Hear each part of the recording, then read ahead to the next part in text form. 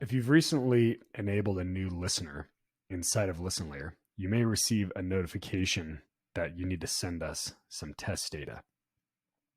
This indicates that the platform has not yet seen data layer activity from the listener.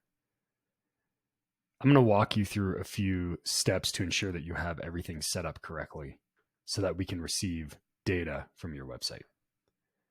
The first step is to ensure that your domain name is properly set under the domain settings in website integration. And then make sure that your tracking script from ListenLayer is published on your website. Once that's done, jump to the features section under the listener that you're working with. And you'll find some features that are labeled as activity features. These push data into the data layer and need to be enabled. Once those are enabled and your domain settings are correct, publish your changes. And then navigate to your website and view the console. Now, I recommend doing a hard reload and emptying your cache to ensure that you have the latest version of the tracking script. In the console, ListenLayer automatically writes diagnostic information so that you can understand how your ListenLayer account is interacting with your website. In this case, we can verify that our account ID matches the ID from our account. And we can see that we have our Angular listener enabled and that we have some specific features enabled. However, we can also see that our domain name is set up incorrectly. That means that this domain that we're attempting to run ListenLayer on is not properly configured inside of the interface.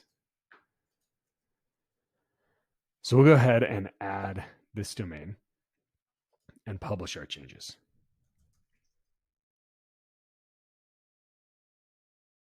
Navigate back to our website, run a refresh, and ensure that we no longer receive our incorrect domain name notification.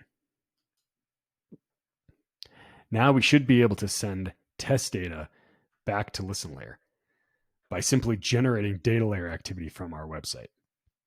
If you're using a listener for chat or for forms, you'll want to just engage with those components on the website. In this case, we're going to trigger some route changes within our Angular listener. So you can see here, I clicked on an element. It was a route change that also had a path update. And we're starting to receive some data into our data layer. We also write that data here in the console so you can easily see it, but you can use a tool like Google Tag Manager's debug window to also view the data layer activity. Once completed, we should be able to navigate back to our listener and begin to see data. From here, the notifications about needing test data start to disappear as the platform receives that information.